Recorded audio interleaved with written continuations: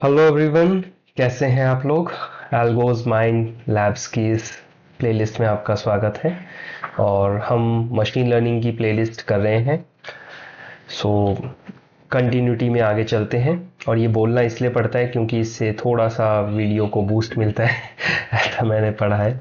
Okay, so welcome again.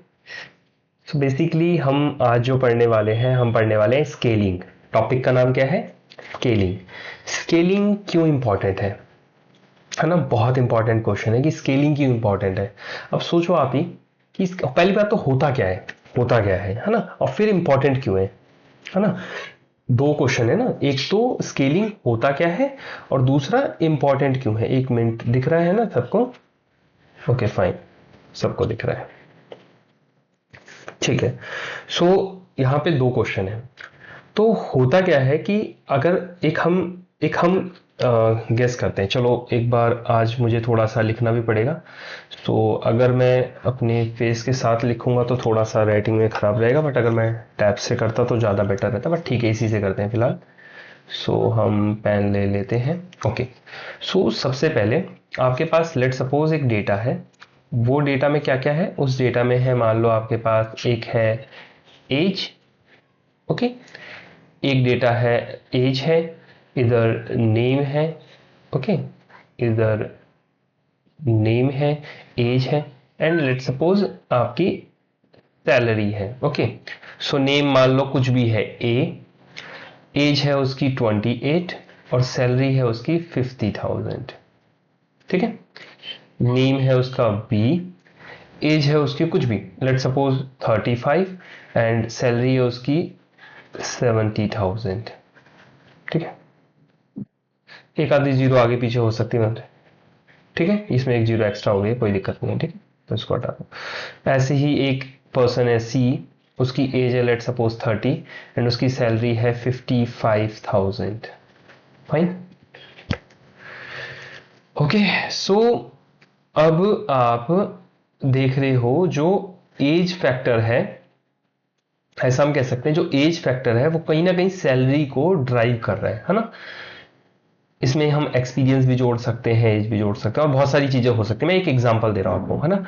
सो अगर मैं इसको अगर मैं इस डेटा को अगर मैं इस डेटा को एक ग्राफ पे बनाऊं, है ना, अगर मैं इस डेटा को ग्राफ पे बनाऊं, तो लेट सपोज ये मेरा एक, ठीक है, ये मेरी सैलरी है। सॉरी, ओहो, वेट वेट वेट। ओके, सो गड़बड़ होगी थोड़ी सी, कोई नहीं। Fine fine fine, not an issue. ठीक है, सो फिर से हम ले लेते हैं पेन। ओके, सो ये मेरी सैलरी है और ये लेट सपोज मेरी एज है ना। सो एज जैसे जैसे बढ़ रही है, सैलरी भी बढ़ रही है। लेट सपोज ये कुछ मेरे डेटा पॉइंट्स आ गए, ठीक है, जैसे जैसे सैलरी बढ़ रही है एज भी बढ़ रही है, ऐसे ऐसे कुछ डेटा पॉइंट्स आ गए। ठीक है, हम एज सैलरी का ग्राफ सिंपल बना सकते हैं, है ना। तो ये क्या बोल सकते हैं कि हम, ये मेरा डेटा है ना। अब अब आप एक चीज समझो कि ये जो डेटा है ना, स्केलिंग पहले होती क्या है वो मैं आपको बताता हूं कि स्केलिंग क्या होती है। कि आपका जो ये डेटा बना है, आपको इस सारे डेटा को ना, ये इस सारे डेटा को उठा के इसको इस ओरिजिन पे लेके आना है, इस ओरिजिन पे लेके आना है। इस ओरिजिन पे लाने को क्या बोलते हैं कि आपको इस डेटा को ना, जो इसके अंदर म्यू है, म्यू क्या होता है? म्यू हमने पढ़ा था, मीन होता है मैथ्स में, अभी हम पढ़ेंगे भी आगे। म्यू क्या होता है? मीन होता है। मीन पता है ना आपको, डेटा का जो एक तरीके से सेंटर है ना। तो आपको इस पूरे डेटा को उठा के इस जीरो पॉइंट पे लेके आना है। मतलब आपको म्यू को क्या करना है? म्यू को करना है फ्रेंड्स जीरो। और दूसरा होता है स्टैंडर्ड डेविएशन। स्टैंडर्ड डेविएशन को हम दिखाते हैं सिग्मा से। स्टैंडर्ड डेविएशन क्या बताया था? स्टैंडर्ड डेविएशन लिख लेना है स्पेलिंग सही अच्छे से। स्टैंडर्ड डेविएशन क्या होता है कि जो भी इसके मीन से इसका डिस्टेंस है ना, हर पॉइंट का, उसको बोलते हैं स्टैंडर्ड डेविएशन। तो स्टैंडर्ड डेविएशन हमेशा इन फॉर्म ऑफ रेंज होगा। सो आपको -1 से 1 की रेंज में लेके आना है इसको। क्लियर हुआ? सो इसको बोलते हैं हम स्केलिंग। अभी पहले ये समझो कि होती क्या है। तो इतना क्लियर हुआ कि स्केलिंग क्या होती है कि आपको जो भी डेटा है, देखो एग्जैक्टली इसको नहीं बोलते, मैं एक बात बता रहा हूं कि हम मोटा मोटी समझते हैं कि स्केलिंग क्या होता है। डेटा आपका बहुत बड़ा भी हो सकता है, कोई बहुत छोटा भी हो सकता है, और इनकंपेरेटिवली दोनों डेटा के बीच में रिलेशंस तो हैं, लेकिन एक डेटा बहुत बड़ा है, दूसरा डेटा बहुत छोटा है। जैसे मान लो अब इसी केस में देखते हैं, एज का डेटा बहुत छोटा है और सैलरी का डेटा बहुत बड़ा है। लेट सपोज मैं एज करता हूं 38, लेकिन सैलरी हो जाती है उस केस में 1,00,000 रुपीज।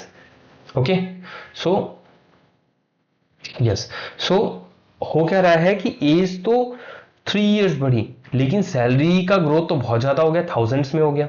सो आप क्या इसको कंपेयर कर पाओगे? सो हमारी मशीन लर्निंग के अंदर कुछ ऐसी एल्गोरिदम्स होती हैं जो कि डिस्टेंस पे काम करती हैं, जो कि दोनों पैरामीटर्स हैं या कोई भी दो पैरामीटर्स जिनके बेसिस पे वो कैलकुलेशन कर रही है। क्योंकि बेसिकली एल्गोरिदम्स क्यों यूज हो रही है आप समझो, algorithms are using to predict the future, है ना, फ्यूचर को प्रिडिक्ट करिए, तो उसके पास कुछ डेटा है, वो डेटा क्या कर रहा है, वो अंदर कुछ कैलकुलेशंस हो रही हैं, अभी इतना समझो, अंदर कुछ कैलकुलेशंस हो रही है और उसके बेसिस पे वो फ्यूचर बता रही है। वो जो कैलकुलेशंस है ना, वो डिस्टेंस बेस्ड हैं। तो जिस भी एल्गोरिथम में अंदर डिस्टेंस कैलकुलेट हो रहा होगा, वेट भी बोल सकते हैं, डिस्टेंस की जगह आप वेट यूज करो। अब वेट क्या होता है अभी मैं बताता हूं आपको, अभी ना इसको हम एकदम इन डेप्थ इसका ऑपरेशन करते हैं, समझो इस चीज को, कि जिस भी एल्गोरिथम के अंदर एक वेट यूज हो रहा होगा, वेट मतलब डिस्टेंस यूज हो रहा होगा, वहां पे आपको इनको स्केल करना पड़ेगा। स्केल करना पड़ेगा मतलब आपको ऐसे रेंज में लाना पड़ेगा जिससे दोनों एक तरीके से सेम रेंज में आ जाए। मतलब समझ रहे हो कि अगर एज एक बढ़ रहा है तो सैलरी के अंदर भी उतने ही लेवल में आपको डिफरेंस दिखे। ऐसा नहीं कि एज तो 2 साल बढ़ा और सैलरी बढ़ गई 30,000 रुपए, 30,000, है ना। सो ऐसे आप कभी भी, आपका मशीन लर्निंग एल्गोरिदम बायस्ड हो जाएगा, है ना, वो अच्छे डिसीजंस ले ही नहीं पाएगा। सो फॉर दैट हमको स्केलिंग करनी पड़ती है। तो scaling is a very important topic. क्यों करनी पड़ती है, किस किस एल्गोरिदम में करनी पड़ती है, वो हम अभी डिसाइड करेंगे, ठीक है। सो एक मिनट, यस, सो बेसिकली इसमें अगर नेक्स्ट बोर्ड पे जाना हो तो यहाँ से नो, ऐड यहाँ से होता है, fine. So this is our previous board. सो अब कौन कौन सी एल्गोरिदम है जिसमें हमें स्केलिंग करनी पड़ती है, पहले तो ये समझिए कि अभी वेट क्या होता है, पहले वेट समझते हैं ना। सो लेट सपोज मैं एक एग्जांपल लेता हूं, एक एल्गोरिदम होता है लॉजिस्टिक रिग्रेशन, ना, लॉजिस्टिक रिग्रेशन, ये एक एल्गोरिदम है, ये समझो, जो कि फ्यूचर प्रिडिक्ट कर रहा है, जो कि फ्यूचर को प्रिडिक्ट करता है, लॉजिस्टिक रिग्रेशन, REGRESSION, ठीक है। तो लॉजिस्टिक रिग्रेशन जो एल्गोरिदम है वो कैसे काम करता है, वो काम करता है कि जैसे देखो इसमें दो पैरामीटर्स हैं, तो दो पैरामीटर्स मैं मान लेता हूं, एक पैरामीटर है एज और एक पैरामीटर है सैलरी। अब एज में एक्स अमाउंट बढ़ रहा है, तो मैं मान रहा हूं एज में W1 बढ़ रहा है, तो सैलरी में W2 बढ़ रहा है, राइट। और इन दोनों को प्लस करके वो एक Z कैलकुलेट करता है, ठीक है, और इसको वो आगे यूज करता है अपनी कैलकुलेशन में। अब ये जो वेट है ना, ये वेट होता क्या है, जैसे देखो इसमें आप इतना सा समझो कि कुछ पैरामीटर्स ऐसे होते हैं जो कि डिसीजन में ज्यादा इंपॉर्टेंट रखते हैं, कुछ पैरामीटर्स ऐसे होते हैं जो डिसीजन में कम इंपॉर्टेंट रखते हैं। जैसे अगर एज एक भी बढ़ेगा ना तो सैलरी का बहुत ज्यादा बढ़ेगा, है ना, ऐसा है।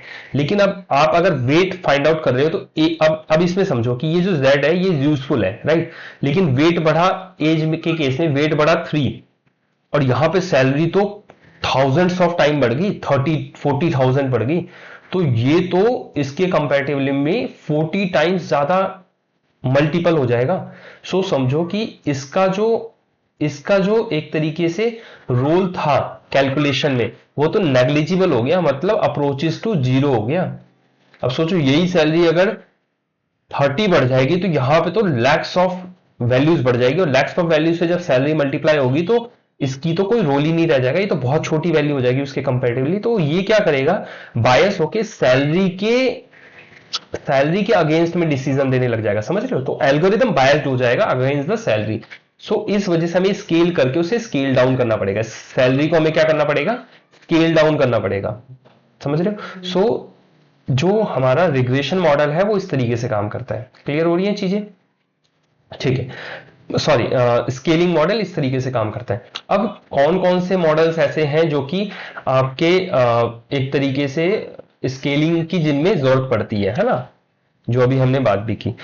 जैसे अभी हमने देखा एक लॉजिस्टिक रिग्रेशन है जिसके अंदर हमें जरूरत पड़ती है, क्योंकि एक ग्रेडियंट डिसेंट एक टेक्निक होती है, उसको यूज करता है इनसाइड द कैलकुलेशन। अब ग्रेडियंट डिसेंट क्या होता है कि आपको आपको लेट सपोज आप ऐसा समझो कि आप एक पहाड़ के ऊपर हो, पहाड़ के ऊपर मतलब आपने एक डिसीजन फाइंड आउट किया है और उसके अंदर कुछ एरर्स हैं। अब वो जो एरर्स हैं मतलब आपको बेस पे आना है लेके, जैसे समझो कि हम जो डिसीजन फाइंड आउट करते हैं, लेट सपोज ये बेस है, ये ओरिजिनल वैल्यू है ना, और हमने डिसीजन फाइंड आउट किया यहां पे। अब हमें यहां से इस पीक से हमें यहां पे आना है, राइट। उसके लिए क्या करना पड़ेगा, हमें धीरे धीरे हमें नीचे आना पड़ेगा और स्लोप चेक करना पड़ेगा। मतलब हम धीरे धीरे वेट से मल्टीप्लाई करेंगे, एक वेट फाइंड आउट करेंगे जिससे मल्टीप्लाई करेंगे अपने रिजल्ट्स को, और स्केल चेक करेंगे कि क्या हम स्लोप चेक करेंगे और हम देखेंगे क्या हम नीचे की तरफ आ रहे हैं। स्लोप हमें बेसिकली किसमें हेल्प कर रहा है बच्चों, स्लोप हेल्प कर रहा है to find out the direction, हमें कहां आना है, हमें नीचे आना है ना, हमें ऊपर नहीं जाना है। हमारा स्लोप हेल्प करेगा कि हम क्या नीचे की तरफ ही आ रहे हैं। जैसे ही स्लोप एक तरीके से समझो आप यहां पे पहुंच गए, अब आप जैसे ही इससे डिस्टेंस फाइंड आउट करोगे तो आपका डिस्टेंस अप्रोचेस टू जीरो होगा, है ना, जीरो के करीब होगा। तो आप समझ सकते हैं कि जितना मिनिमाइज आप करेंगे ना अपने इस डिस्टेंस को, उतना ज्यादा आप रियल रिजल्ट के पास जाएंगे। आप थोड़ा सा मैथमेटिकल है, बस आप समझो इस चीज को कि आपका एक आउटपुट आता है, वो आउटपुट जो रियल रिजल्ट, लेट सपोज आपका एक्सपीरियंस है 2 साल और 2 साल पे आपको पैकेज मिलता है लेट सपोज 8 LPA का। लेकिन हमारा जो एक तरीके से रिग्रेशन मॉडल है, हमारा कोई भी मशीन लर्निंग मॉडल है, वो बता रहा है कि 10 लाख का पैकेज मिल जाएगा, लेकिन आपको मिला 8 लाख का। तो रियल में कितना हुआ, 2 लाख का एरर आ गया। अब आप क्या करोगे, आप अपने वेट को, जो आपने वेट उसमें मॉडल में दे रखा है, आप उसको ट्रेंड करोगे, फिर से रीट्यून करोगे। तो रीट्यून कैसे करोगे, आप वेट को धीरे धीरे कम करते हुए जाओगे और आप पूरे कैलकुलेशन को फिर से अगेन रिपीट करोगे, और आप देखोगे क्या मैं 8 लाख के पास जा रही हूं। जब तक आप 8 लाख के पास जा रहे हो तब तक तो ओके है, बट जैसे ही आपका स्लोप चेंज हो रहा है ना, डायरेक्शन चेंज कर रहा है, मतलब आप 8 लाख को क्रॉस कर रहे हो, तो इसका मतलब आपकी कैलकुलेशन बेस्ट थी, आपको वहीं पे अपने कैलकुलेशन को रोक देना। मतलब आप कोशिश करोगे कि ये नियरेस्ट 8 लाख वाली लाइन है ना, 8 LPA वाली लाइन है, इसकी आप नियरेस्ट आने की कोशिश करोगे, बट एक पॉइंट ऐसा आएगा जब आप इसको क्रॉस कर जाओगे, आपको उससे पिछले वाले स्टेप पे ही रोक देना है। क्लियर, ठीक है। तो इस तरीके से हम स्केलिंग क्यों जरूरी है ये क्लियर हो गया, क्योंकि कुछ जो पैरामीटर्स हैं उन पे बायस ना हो जाए हमारा मॉडल, इसलिए हम उसको भी स्केल डाउन करके सेम रेंज में लेके आ जाते हैं। ठीक है, कुछ स्केलिंग टेक्निक है, सबकी अपनी अपनी टेक्निक्स हैं। ठीक है, जैसे अभी जो मैंने आपको बताया था पीछे वाले स्लाइड के अंदर, जो ये वाली टेक्निक थी, ये थी स्टैंडर्ड स्केलिंग टेक्निक। ये वाली जो टेक्निक थी जिसमें हम मीन को 0 कर देते हैं, स्टैंडर्ड डेविएशन को 1 to -1 के इन बिटवीन रख लेते हैं। ठीक है, मिन मैक्स टेक्निक होती है, नॉर्मलाइजेशन होती है, बहुत सारी टेक्निक्स हम उनको पढ़ेंगे अभी एक एक करके, बट अभी फिलहाल आप इतना समझो कि स्केलिंग क्यों इंपॉर्टेंट है। पहली चीज क्लियर होगी, स्केलिंग अब किस किस मॉडल के अंदर स्केलिंग की नीड है। तो रिग्रेशन, जो लीनियर रिग्रेशन है, मैं इसमें शॉर्ट फॉर्म में लिखते हुए चलता हूं, जो लीनियर रिग्रेशन है, ठीक है, लीनियर रिग्रेशन के अंदर ऑप्टिमाइजेशन के लिए, जहां पे भी ग्रेडियंट डिसेंट, इसमें भी 2 तरीके से हम लीनियर रिग्रेशन यूज करते हैं। जो ग्रेडियंट डिसेंट वाला फॉर्म है उसके अंदर हमें स्केलिंग की नीड होती है। लॉजिस्टिक रिग्रेशन के अंदर होती है। लीनियर रिग्रेशन के अंदर किसके अंदर, ग्रेडियंट डिसेंट वाले फॉर्म के अंदर होती है। ठीक है, उसके बाद आपका KNN एल्गोरिदम्स होती हैं, के नियरेस्ट नेबर एल्गोरिदम्स, उनके अंदर होती है। आपके जो SVM एल्गोरिदम है उनके अंदर होती है। आपका K-मीन्स एल्गोरिदम है, उनके अंदर होती है। आपका जो न्यूरल नेटवर्क्स होते हैं उनके अंदर ग्रेडियंट डिसेंट फॉर्म यूज होता है, उनके अंदर होती है। आपका डिसीजन ट्री, ठीक है, जब डिसीजन ट्री आप पढ़ोगे, ये ट्री फॉर्म एल्गोरिदम है, इनके अंदर नहीं होती है, रूल बेस्ड होते हैं। ठीक है, रैंडम फॉरेस्ट ऐसे ही हुआ। ठीक है, रैंडम फॉरेस्ट के अंदर भी नहीं होती है। एक्जीबूस्ट, ठीक है, ठीक है, इसके अंदर भी डबल ओ होता है, सॉरी, एक्जीबूस्ट इसके अंदर भी नहीं होती है। आपको बस ये याद रखना है किसके अंदर होती है और किन जगहों पे आपको नहीं यूज करना है, सिंपल। क्योंकि अभी जब हम आगे ये क्यों पढ़ रहे हैं, हम ये सब हम इसलिए अभी बेसिक पढ़ रहे हैं क्योंकि फ्यूचर में ये मशीन लर्निंग, जब हम एल्गोरिदम्स पे जाएंगे, अपने मॉडल को ट्रेन करेंगे, तो वहां पे हमें डेटा को पहले प्रिपेयर करना पड़ेगा। It's also part of EDA. Okay, so आपको एक्सप्लोरेटरी डेटा एनालिसिस, सो आपको वहां पे अपने डेटा को प्रिपेयर करना पड़ेगा बिफोर ट्रेनिंग द मॉडल। सो अगर आप मॉडल को ट्रेन करने से पहले जब आप अपने डेटा को प्रिपेयर कर रहे होगे तो आप क्या करोगे? आप अपने सबसे पहले तो आप फाइंड आउट करोगे कि मेरा डेटा कैसा है, आप ग्राफ्स बना के देखोगे, डेटा को अंडरस्टैंड करोगे, जो कि हम इससे पीछे वाली वीडियो तक समझ चुके हैं 4-5 वीडियोस में। अब आप क्या करोगे? आप स्केलिंग करोगे, है ना।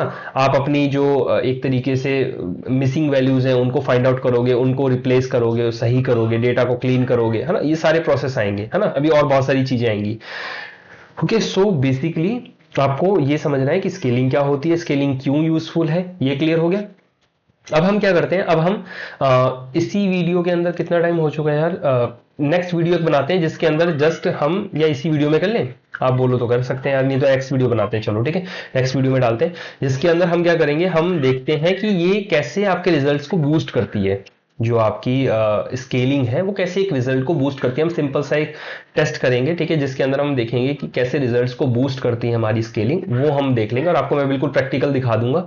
सो आपको ये क्लियर हो जाएगा कि हाँ, स्केलिंग क्यों यूजफुल है। क्लियर। सो अभी इस वीडियो को यहीं पे पॉज करते हैं, नेक्स्ट वीडियो तुरंत शूट करता हूं मैं और आपको मतलब क्लियरिटी आ जाएगी बेसिकली, ठीक है। सो नेक्स्ट वीडियो में हम ये देखते हैं कि कैसे हमारा जो स्केलिंग है वो एक तरीके से बूस्ट करता है हमारे रिजल्ट को। Okay okay, bye bye.